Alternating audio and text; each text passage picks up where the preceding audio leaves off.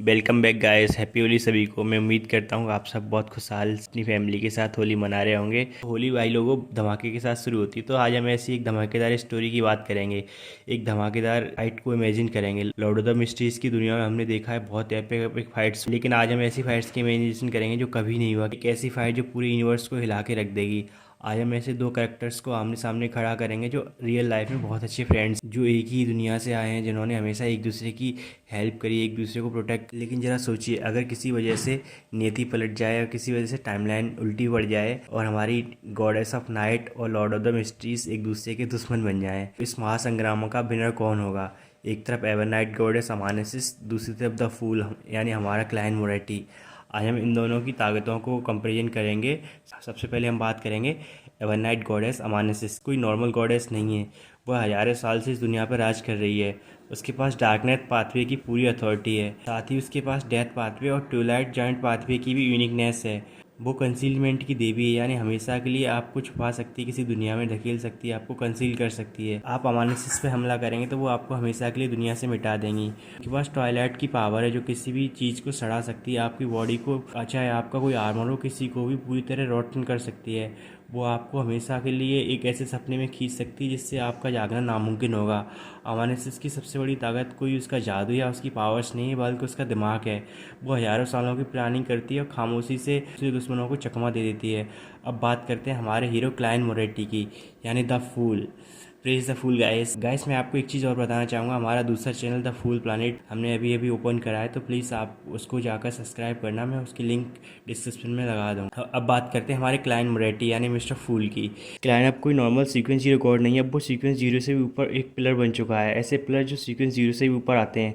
उसके पास 3 पाथवे की अथॉरिटी है। सबसे पहले तो सीयर पाथवे, दूसरे पे आता है द डोर पाथवे और तीसरे पे हमारा एरर पाथवे। जब एमोन से लड़ाई करी थी तो उसके पास एरर पाथवे की अथॉरिटी आ चुकी है। ये तीनों पाथवे एक डेडली कॉम्बिनेशन है। ये तीनों पाथवे एक दूसरे को ऑगमेंट करते हैं, एक दूसरे के एक्शंस को सपोर्ट, जो क्लाइंट को एक अलग ही आउटर डेटी के लेवल की पावर देते हैं। क्लाइंट की ताकतें अब लॉजिक्स और फिजिक्स से बाहर है। वह ग्राफ्टिंग कर सकता है, यानी आपके किसी भी हमले को सुपरनोवा से जोड़ सकता है और आपका हमला पहले ही तबाह हो जाएगा।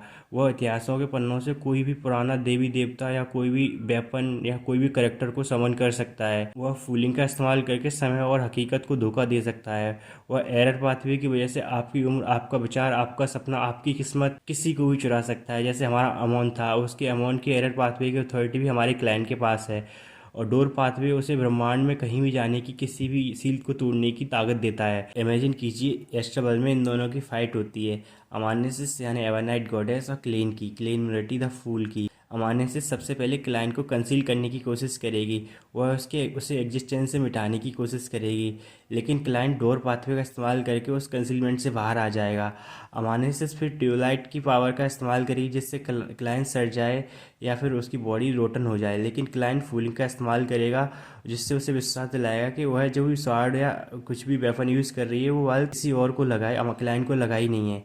अमानेसिस क्लाइंट को बहुत सारे गहरे और डरावने सपने में खींचेगी, जहाँ क्लाइंट अपनी पुरानी दुनिया, पुरानी यादों में कमज़ोर पड़ जाएगा। लेकिन क्लाइंट के पास एरर पाथवे की अथॉरिटी है, वो उसका इस्तेमाल करके उस सपने को ही चुरा लेगा, उससे भी बच जाएगा। फिर क्लाइंट मोरेटी हिस्ट्री प्रोजेक्शन से कुछ पावरफुल बींग्स को समन करने की कोशिश करेगा, जैसे एंशिएंट सन गॉड आमोन या एडम को। लेकिन एवरनाइट गॉडेस यानी अमानेसिस के पास तो डेथ पाथवे की अथॉरिटी है, तो उसका यूज़ करके एक ही पल में जितने सारे हिस्ट्री प्रोजेक्शंस होंगे सबको एक बार में ख़त्म कर देगी। यह लड़ाई एक शतरंज के खेल की तरह होगी, जहां दोनों एक दूसरे का दिमाग पढ़ने की कोशिश करेंगे। दोनों के पास मौत से बचने का हजार। और गाइस, ये फाइट बहुत लंबी चलेगी। अब बात करते हैं इसका एंड कैसा होगा, विनर कौन होगा, जीतेगा कौन, अमानेसिस या हमारा क्लेन। अगर आप इनकी एक न्यूट्रल तरीके से फाइट कराएं, न्यूट्रल वेन्यू पर फाइट कराएं, तो मुझे लगता है इस एपिक फाइट का विनर हमारा क्लाइंट मोरेटी होगा। इसका मैं रीजन बता, क्योंकि यूनिवर्स के हम पावर सिस्टम्स की बात करें तो द फूल का दर्जा एवरनाइट गॉडेस से ऊपर है। क्लाइंट एक प्लेयर के करीब है, जबकि एवरनाइट गॉडेस अभी एक ग्रेट ओल्ड वन बनने की राह पर है। Lord of the mysteries space और टाइम का असली मालिक है। क्लाइंट के पास 3 पाथवे हैं जो एक दूसरे को सपोर्ट करते हैं।